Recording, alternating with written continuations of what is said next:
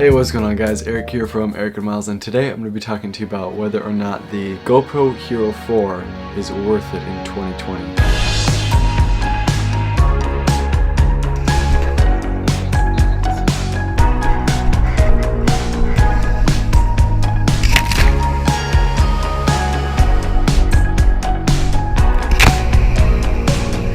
What's wrong? You've been asking, but I don't have an answer. How come? I'm still thinking, let's pretend. Since the Hero 4, 4 newer versions have come out of this GoPro, and I'm gonna explain why I still use this. So first off is the price. These are like, you could get one refurbished or used for under $100 easily now. I got this for $120 back in like 2016 or 2017 maybe?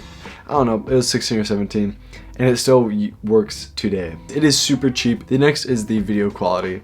So this shoots 4K up to 30 frames a second, shoots 1080 up to 120, and 720 up to like 240. I shoot 1080 most of the time. Sometimes I use 4K, but hardly ever. It's great for video. It's not really great for getting cinematic shots or anything, but really you're not gonna be using that for a GoPro.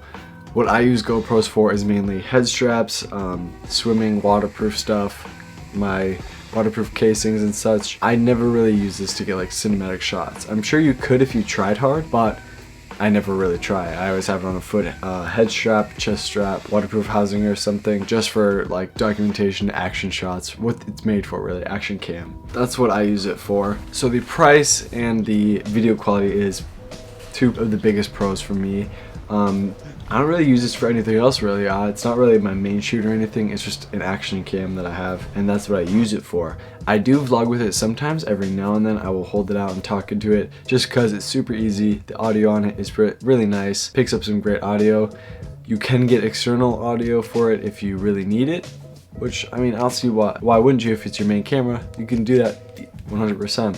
For vlogging, it is really nice because it's light. You can stick it in your pocket, super inconspicuous if you're a little self-conscious about holding a bigger rig like my A7 II with this big of a lens. It is pretty obvious in a public area. But with something like this, you just kind of hold it out like this, talk to it, no one's gonna really think anything else. But yeah, so I use this for pretty much all my POV stuff, all my action cam, all my head strap stuff.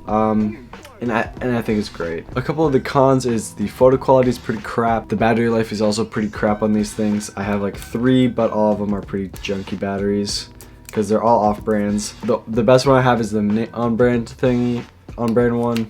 The other 3, they last like maybe an hour max, but most likely last like 30 to 40 minutes, I'd say is the average. So yeah, the battery life sucks, the photo's kind of crap.